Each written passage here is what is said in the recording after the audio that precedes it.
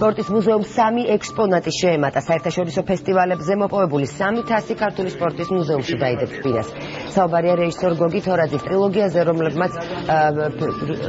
რომელმაც ფილმები ქართული სპორტის ისტორიას მიუძღვნა. დღეს სპორტისა და ახალგაზრდობის საქმეთა მინისტრი ტარიელ ხეჭიშვილი გოგი თორაძის შეხვდა და მას საერთაშორისო კინოფესტივალზე მოპოვებული წარმატება მიაღწია.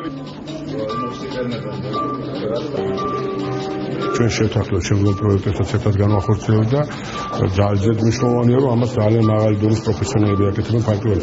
სპორტული ფილმების ოსკარი მოიპოვეს და ამის შესახებ ფაქტობრივად ქართული საზოგადოების ვიწროთი მიცოდა.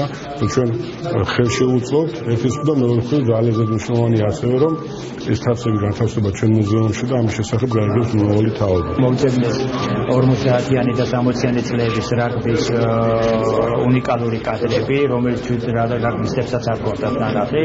ეს დიდი შრომის შედეგად მოვიძიე არქივებში რამოდენიმე თვიანი მუშაობის შემდეგ და აი მიხარია, რომ საერთაშორისო ასპარეზზე ასეთი აღიარება მიიღო ქართულმა სპორტმა.